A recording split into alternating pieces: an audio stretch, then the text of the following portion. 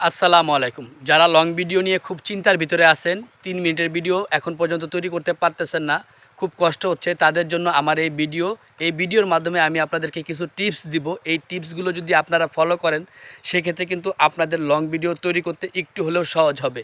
তো আশা করি ভিডিওটা স্কিপ না করে পুরোপুরি দেখবেন এবং অন্যদেরকে দেখার সুযোগ করে দিবেন, শেয়ার করে দিবেন অবশ্যই।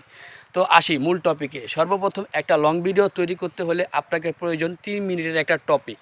৩ মিনিটের নিচে কিন্তু লং ভিডিও তৈরি করবেন না।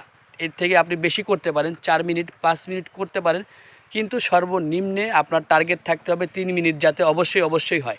এখন ৩ মিনিটের ভিডিও তৈরি করতে গেলে আপনাকে কিন্তু ৩ মিনিটের একটা টপিক থাকতে হবে, তা না হলে কিন্তু আপনি ৩ মিনিটের ভিডিও তৈরি করতে পারবেন না। দেখেন, রিলস ভিডিও তৈরি করা কিন্তু একেবারেই সহজ। আপনি ৫ সেকেন্ড, ৮ সেকেন্ড, ১০ সেকেন্ড যে কোনো একটা কথা, ২-৩টা কথা বললে কিন্তু একটা রিলস ভিডিও তৈরি করতে পারি, বা যে কোনো জায়গায় গিয়ে জাস্ট ক্যামেরাটা অন আর অফ করতে করতে কিন্তু একটা রিলস ভিডিও তৈরি হয়ে যায়। কিন্তু লং ভিডিওর ক্ষেত্রে কিন্তু আমাদেরকে অনেকটা সময়, সর্বনিম্ন ৩ মিনিট হাতে নিয়ে ওইরকম একটা টপিককে নিয়ে গুছিয়ে তারপরে কিন্তু একটা ভিডিও তৈরি করতে হয়, তাই না? অবশ্যই এইটাই।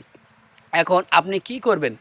তাই আমার এই ভিডিওটা যদি আপনারা পুরোপুরি দেখতে পারেন, তাহলে আশা করি আপনাদের এই টেনশন থেকে দূর হতে পারবেন। সর্বপ্রথম টিপসটা দিব, আপনারা যদি কোথাও বেড়াতে যান, ঘুরতে যান, তাহলে কিন্তু আপনারা কি করবেন, ওইখানে দেখার মতো কোনো দৃশ্য যদি থাকে, কোনো শপিংয়ে যান, ওইখানে যদি দেখার মতো কোনো দৃশ্য থাকে, সেগুলোকে মোবাইলে ধারণ করবেন। মোবাইলে ধারণ করার পরে আপনারা বাসায় আসবেন। বাসায় আসার পরে ওইখানে যে রাস্তার যেই নয়েজটা ছিল, যে রেকর্ডটা ছিল, অডিওটা, ওইটাকে ডিলিট করে দিবেন। ডিলিট করে দিয়ে আপনি ভয়েস কভার করবেন, নিজের ভয়েস লাগাবেন, একটা সুন্দর গল্প আনবেন, একটা ফানি গল্প আনবেন। এগুলো আপনি গুগল থেকেও, গুগলের সাহায্য নিয়েও করতে পারেন, এটা আপনার ইচ্ছে। যদি আপনার কোনো কিছু মাথায় না থাকে যে আমি এত বড় ৩ মিনিট কী কথা বলবো, তাহলে আমি বলবো আপনি গুগল থেকে, বিভিন্ন ওয়েবসাইট থেকে আপনি কিন্তু সাহায্য নিতে পারেন, এবং ওইখান থেকে আপনি কোনো একটা গল্প, কোনো একটা ফানি টপিক নিয়ে আপনি ওই ভিডিওর ভিতরে ভয়েস কভার দিতে পারেন। সেই ক্ষেত্রে কিন্তু আপনার ভিডিওর কোয়ালিটিটা অনেক সুন্দর হয়ে যাবে।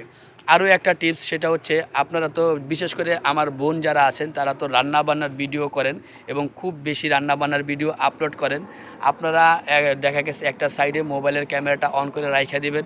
তারপর ওই যে রান্না করতেছেন যে, বা রান্না হচ্ছে যে, এরকম একটা ৩ মিনিটের ভিডিও করবেন। ভিডিও করার পরে আপনারা এই সেম একই কাজটা করবেন। ওই ৩ মিনিটের ভিডিওর ভিতরে আপনারা সুন্দর একটা গল্প আনবেন, সুন্দর একটা ফানি টপিক আনবেন, বা আপনাদের জীবনেও যদি কোনো এরকম কোনো গল্প থাকে, গল্প না, আপনাদের জীবনে যদি কিছু হয়ে থাকে যেটা শিক্ষণীয়, আমরা শিখতে পারবো, বা আপনার অডিয়েন্স শিখতে পারবে, এক্সপিরিয়েন্স থেকে যদি কিছু বলতে চান, অবশ্যই ওই ভিডিওর মাধ্যমে আপনি ভয়েস কভার করে বলে দিবেন। তাহলে কিন্তু দেখা গেছে আপনার অডিয়েন্সগুলো আগ্রহ সহিত আপনার ভিডিওটা ফুল দেখবে।